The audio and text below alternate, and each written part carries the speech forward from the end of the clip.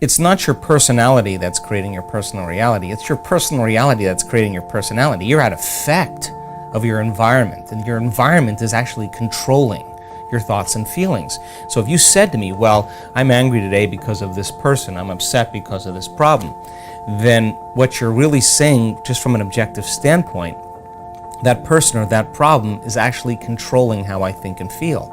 Which means if I'm reacting to the conditions in my environment, then for the most part I'm a victim to my environment. But turning the battleship around, turning that model around, because how you think and how you feel should begin to produce an effect in your life if you were able to change it. So then people have to lay down the very thing that they've been using their entire life in the same way to get what they want for something greater to happen. So the first day is about overcoming ourselves. It's taking your attention off your environment, forgetting about your body and the emotions and pain and disease and whatever else, and get beyond that program of a predictable future and a familiar past, and get beyond the concept of linear time and fall into the present moment.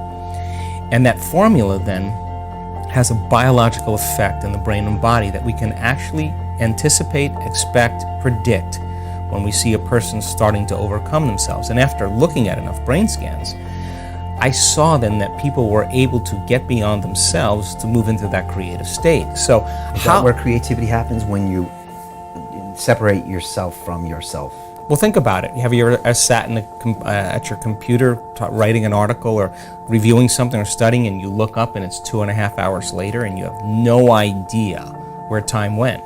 You lost track of the space you were in and the predictable time of the next moment. And when you lose track of space and time, if where you place your attention is where you place your energy, and you have no attention in this three-dimensional reality, then all of your attention is in a realm of thought, and we would call that quantum. So now, you can't enter the quantum field as a somebody. You have to enter as a nobody. So when you begin to get beyond yourself, what is your environment made of? People, objects, things, places, well, your body in space and time. So when you take your attention off all of those elements, you're disinvesting your attention and energy out of this three-dimensional reality, and you're placing your attention and energy in that field of possibilities. Now, what's the relevance of that? Well, think about it. Most people are their bodies trying to heal their bodies. Most people are their personality trying to change some aspect of their personality.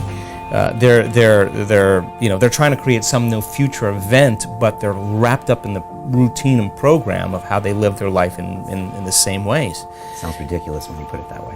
But the truth is that we're all stuck in these programs, and they've lost their free will to a program because they run the same routine every single day. So without knowing it. So then you need a crisis or a disease or a loss or a betrayal or a shock or something, you finally wake up, right? So our community of people, when they understand that they have to get beyond themselves, because when they do, now they're ready to create. They're not thinking about what they look like.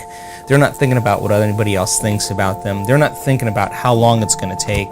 They start getting beyond those elements that keep them restrained and attached to their past, present reality.